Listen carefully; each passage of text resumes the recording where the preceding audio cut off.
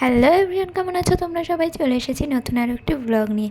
দিনটা ছিল শনিবার, মানে দিদিভাইদের বাড়ি দিয়ে আসার পরের দিন।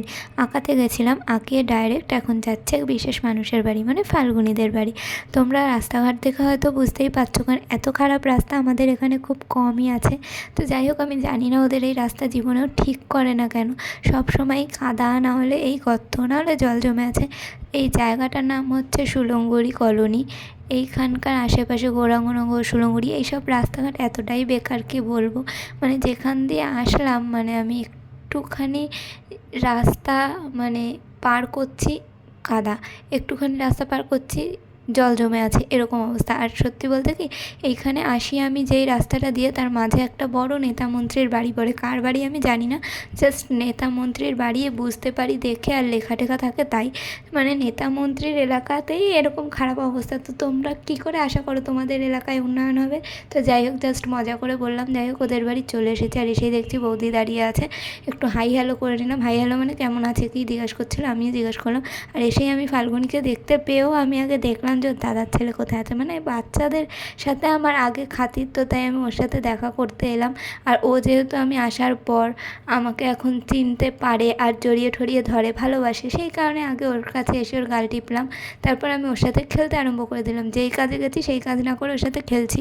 তো তোমরা হয়তো ভাবছো ওদের বাড়ি আবার, তো আমার কী কাজ সেটা আমি আস্তে ধীরে বলছি। দেখো, এই পুচকেটার সাথে খেলতে আমার খুব ভালো লাগে, আর ও আমার সাথে খেলছিল চুপচাপ। আর ওদের ঘরে খুব কাজ বাজ হচ্ছিল, ওর মা, পিসি, ঠাকুমা সবাই কাজ করছিল, তাই আমি ওর সাথে খেলছিলাম।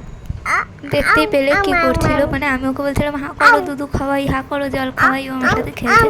আর ওর আমার পায়ে এই পুঁতিটা দেখে খুব পছন্দ হয়েছে। কী বলছিল আমি বুঝতে পারছিলাম না, কিন্তু ওটাও চাইছিল, খোটাখুটি করছিল। তো যাই হোক, বাচ্চারা কোন জিনিস পছন্দ আর বোঝা মুশকিল, অত খেলনা ঢেলে ওর পায়ের ওইটাই পছন্দ হয়েছে। তো যাই হোক, কী কাজ এটা দেখতেই পাচ্ছ। আমি ওদের বাড়ি এসেছিলাম এই ঠাকুরটার চোখ রঙ করতে, মানে চোখ আঁকতে, যেটা আর কি বহু বছর ইউজ করতে করতে চোখ মুখ উঠে গেছিলো, তো সেটাই আমি করতে এসেছিলাম।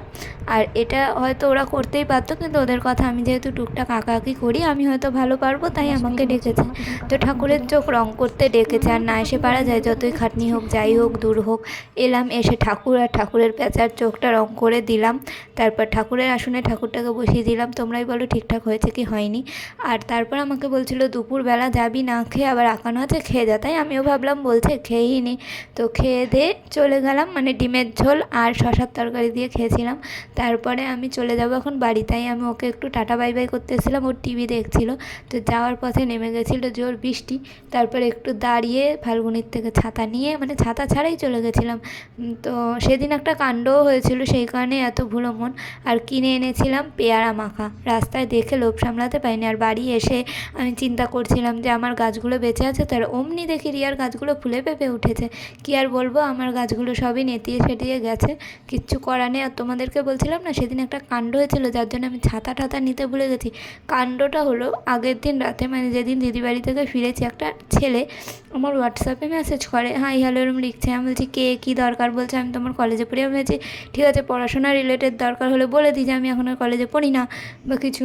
তো সেই সব বলছি, নর্মালি কথা বলছে যে হ্যাঁ তোমায় দেখেছি, কথা বলি, হ্যাঁ আমরা বন্ধু হতে পারি কিনা। আমি জাস্ট নর্মালি বলেছি আমরা একই কলেজে পড়ি, তো নর্মালি কিছু দরকার থাকলে বলো, কথা বললে বলো। ও মা, পরের দিন তার গার্লফ্রেন্ড আমাকে ফেসবুকে বলছে তুমি আমার বয়ফ্রেন্ডকে প্রপোজ করেছো। সে আমাকে তোমার ছবি পাঠিয়ে বলছে দেখ এত সুন্দরী মেয়ে পেয়ে গেছি, তোর সাথে সম্পর্ক শেষ, এখন তোমার জন্য আমাদের 4 বছরের সম্পর্ক শেষ করে দিচ্ছে। এবার আমি তো মাঝখান দিয়ে গেছি ফেসে। আমি বলছি আরে বাবা, আমি ওকে চিনি না, আমি সব স্ক্রিনশট মেরে দেখিয়েছি যে দেখো এই এই কথা হয়েছে। তারপর বলছে কি হ্যাঁ ও না একটু এরকমই, মেয়ে দেখলে গলে পড়ে, তোমাকে তো ভালো দেখতে তাই গলে পড়েছে, তুমি ওকে ব্লক করে দাও, তুমি ওকে শাস্তি দাও। আমি ভাবছি যা গেলো এই দুজনের মাঝখানে, আমি ফেসে গেলাম। মানে এইসব করতে করতে আঁকাতে যাওয়ার আগে আমি ভুলেই গেছি ছাতা নিতে। আর ওই মেয়েটা আমাকে রাস্তার মধ্যে ফোনও করেছিল যে আমার বয়ফ্রেন্ড তোমাকে কী বলেছে বলো, কী করছে, তোমাকে ব্লক করে দিয়েছে কিনা।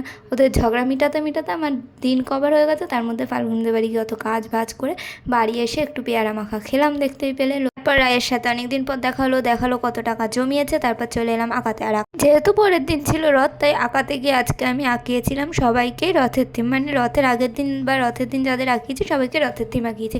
আর তোমাদের সাথে এক্ষুনি যে গল্পটা শেয়ার করলাম যে একটা ছেলে এরকম এরকম করেছে, তো সেটা শেয়ার করলাম জাস্ট মজা করে, যেহেতু আমার সাথে ফার্স্ট টাইম এরকম কিছু ঘটলো, এমনি আমার মনে হলো তাই তোমাদের সাথে শেয়ার করলাম। মেয়েটা হয়তো আমার ভিডিওটা এখনও দেখতে পারে ফেসবুকে। যাই হোক, সবাই সুস্থ থেকো, ভালো থেকো, আজকের মতো টাটা।